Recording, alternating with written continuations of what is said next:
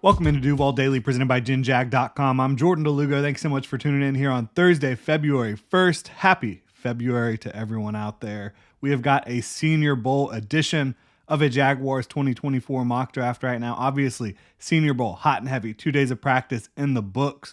So we're going through a Senior Bowl-centric mock draft. Not every prospect that I have picked has to be at the Senior Bowl, but we have got a strong Senior Bowl flavor here for the Jacksonville Jaguars in this 7-round mock draft.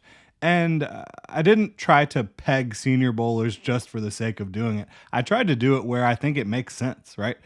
Take Senior Bowl players where it potentially makes sense for the Jaguars to target them. And of course, we don't know what the Jaguars will do in free agency yet, so doing mock drafts without knowing what happens in free agency can be a little bit of folly. But as you all know, free agency informs the draft informs free agency as well.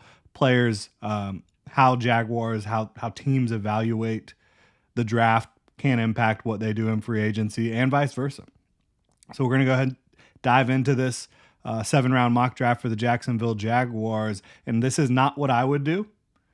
I will talk about each of these picks, analyze them.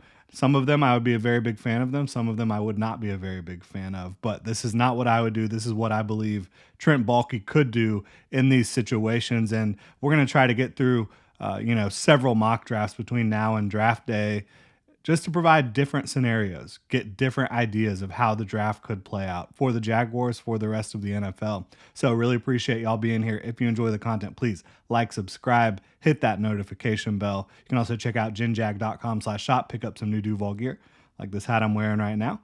Again, really appreciate y'all. So Jaguars hold the 17th overall pick. A lot of Trent Baalke picks in the first round are guys that I've been a big fan of. Trevor Lawrence, Travis Etienne, even though not a huge running back in the first round type of guy. Anton Harrison. Then you have picks like Trayvon Walker. Not as much for me, right? And I like Trayvon Walker. I like the player. I like the person that they brought to Jacksonville. I think he has a bright future ahead of him, but I didn't agree with the pick at the time. Here we have Trent Baalke going in a direction that I would not go, but I do understand, and I think it's a very possible pick for the Jaguars at 17 overall. Oklahoma right tackle, Tyler Guyton. And from a team building perspective, this could make sense because the Jaguars have Cam Robinson at left tackle, very expensive contract. They could decide to move on, kick Anton Harrison back over to left tackle where he thrived at Oklahoma, from right tackle, started at right tackle for the Jaguars, played through a shoulder injury the whole season, played very well in pass protection, obviously needs to do some development in the run game, but you kick Anton Harrison back over to left tackle, you're set there. You have Walker Little as your swing tackle for 2024, and then you bring in Tyler Guyton to play right tackle with his former teammate playing opposite of him at left tackle. Guyton is 6'7". He is over 330 pounds. He has very long arms. He has unbelievable athleticism and core strength at that size. This is a guy that played well at Oklahoma, from an efficiency standpoint. This is a guy that did not give up a ton of sacks, a ton of pressures, but he's a guy that is unrefined with his hands. And when you're unrefined with your hands at the college level and you're an unbelievable athlete, an unbelievable physical specimen, you can get away with it. When you get to the Senior Bowl, you start getting tested a little bit more by guys like Darius Robinson, Latu, etc. Then you get to the NFL and you're being tested by guys like TJ Watt, Myles Garrett, Josh Allen, if you're not playing for the Jaguars. I don't think Tyler Guyton is deserving of being the 17th overall pick. I think that's too much pressure to put on him. He has not played a lot of football. He is not technically refined. He is going to have struggles with his hand usage, with getting hands high and tight inside of his opponent. You just don't see him landing his hands at all. They're always outside. He's always just kind of bear hugging his opponent in a lot of regards. And a guy that when you go back and look at the tape at Oklahoma, there's a lot of missed assignments, not necessarily in pass protection, but when you try to get him doing different things in the run game, you see a lot of missed assignments. So for me, Tyler Guyton is a second round grade because I see the ceiling. Like, this guy has all pro potential. If you can get him with a great offensive line coach and he's ready to work and ready to compete, there is a path to him becoming a fantastic tackle in the NFL. There's also a path to him not really living up to expectations because he doesn't have the technical refinement and he's just got too far to go. So we'll see how it plays out. But I think Tyler Guyton would absolutely be a Trent Baalke type pick because you talk about the guys he has targeted in his career, they have been freaks. And Tyler Guyton, despite not being super technically refined, despite not being the most advanced prospect in this class, he is a freak. Now, getting into the Jaguars' second round pick, I've got them taking Darius Robinson at 48 overall, the edge rusher, defensive lineman, really, out of Missouri. This is a guy that I've been high on for a little while. I think I've mocked him to the Jaguars before, and he just feels like a Trent Baalke type pick. Now, there's buzz that he might go late first round. If that happens, obviously he's long gone here. Jaguars don't have a shot at him. But as of right now, I still think Darius Robinson's range is late first to mid second, and we are in the mid second here at 48 overall. Darius Robinson comes off the board to the Jaguars. He is, similar to Tyler Guyton, an absolute freak. He's 286 pounds. He's big. He's strong. He has long arms. He, unlike Tyler Guyton, has a lot of technical refinement. This is a guy that knows how to weaponize his hands. He's got a strong pass rush skill set. He knows how to set the edge. He knows how to rush from the interior and from outside the tackle. I think he's a guy that makes a ton of sense for the Jacksonville Jaguars. When you look at what they need up front, they like, at least Ryan Nielsen has liked throughout his coaching career in Atlanta and into back to New Orleans, they like big edge players, big defensive linemen. They brought in Calais Campbell, and they played him on the edge a lot last year. Darius Robinson can fit that mold and play at an extremely high level across the defensive front. So I think he'd be a fantastic second-round pick. Again, not all these picks are guys that I disagree with. Darius Robinson is one that I would be 100% in on. In the second round, at 96 overall, you've got Kyrie Jackson, Oregon cornerback. This is a prospect that I did not watch until this week, but have done my scouting report on him. I have a second round grade. He is 6'3", over 200 pounds at corner, and he's got good movement skills. He can mirror movements fairly well. He is very physical. I think he's got good long speed. I think he's got good quickness. I loved seeing him. Played Washington twice this year. The first time, Rome Odunze gave him some trouble, scored the only touchdown against him that Kyrie Jackson allowed all year after transferring from Alabama to Oregon. Then the second game in the conference championship, Kyrie Jackson shut it down. He had an awesome football game. Picked off Michael Penix, played the run really well. That's another thing that's awesome about his game. If you're going to have a press man corner, which Kyrie Jackson did a lot of at Oregon, you've got to be able to tackle on the outside. Kyrie Jackson can do that. I think he'd be a perfect pick for the Jaguars. Will he be on the board at 96 overall? I doubt it. But this is a talented corner class, a talented class in general when it comes to a lot of key positions. Maybe he slides down the board. At 114 overall, another Senior Bowler. Javon Baker, wide receiver out of UCF, another Alabama transferred from Alabama to UCF a couple years ago. Javon Baker, he is over 6'1". He is almost 210 pounds. He is a supreme athlete, in my opinion, when it comes to the explosiveness. I think he can go up and get the football at a high level, good in the contested catch department. But the best thing for him, in my opinion, not only is he 6'1", almost 210, he can separate at the top of the stem at an extremely high level.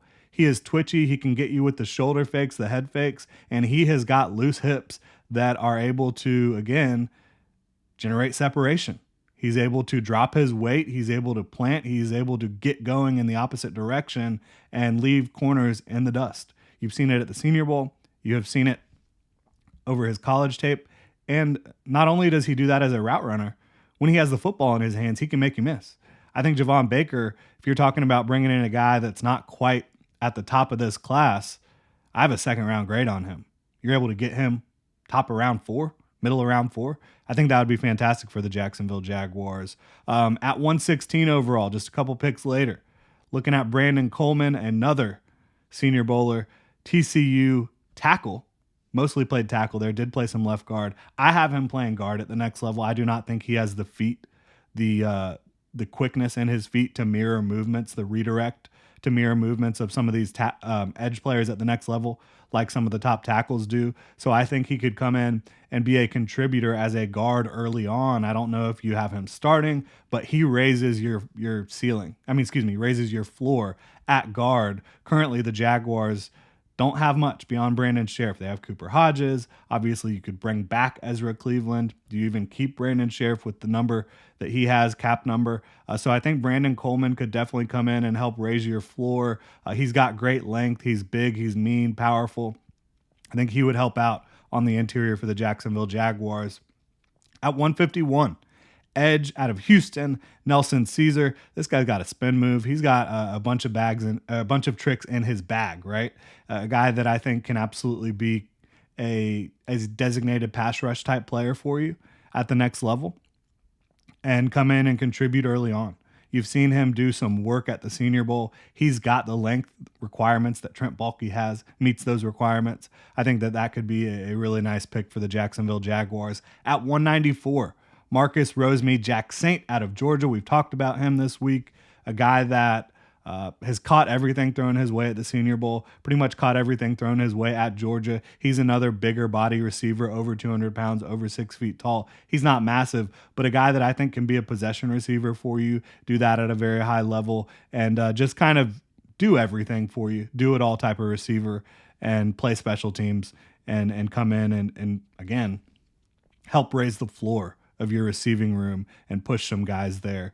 At 210, we haven't talked about this a whole lot this offseason, but Brandon McManus, he had a little bit of a disappointing year for the Jacksonville Jaguars. I think that they could very easily decide to go younger, go with youth at the kicker position. I've got them taking Will Reichert out of Alabama. I think that, I'm not a guy that actually scouts the kickers very much, but I do think that Reichert had an impressive career at Bama, and I think that the Jaguars would probably be smart to try to get one of their own guys at kicker. They've really been just kind of kicking the can down the road. I know they tried to bring in Brandon McManus and upgrade things this year. It was a valiant signing effort, all that stuff, trying to get a guy that can really elevate what you can do with your kicker, but he was just not consistent, bottom line. And it seemed like once he hit a rut, that rut kind of stuck around for a little bit too long. So I could see them going in this direction, getting a kicker late in the draft. And then at 233 overall, Trent Baalke's got to draft a running back, right? That's what he does every year. Kendall Milton out of Georgia, I have them taking. He's a big, tough guy, will run through tackles. Maybe he comes in and competes and tries to take that job, running back 3, running back 2, power back, whatever you want to call it. A guy that can run through tackles, a guy that can run hard.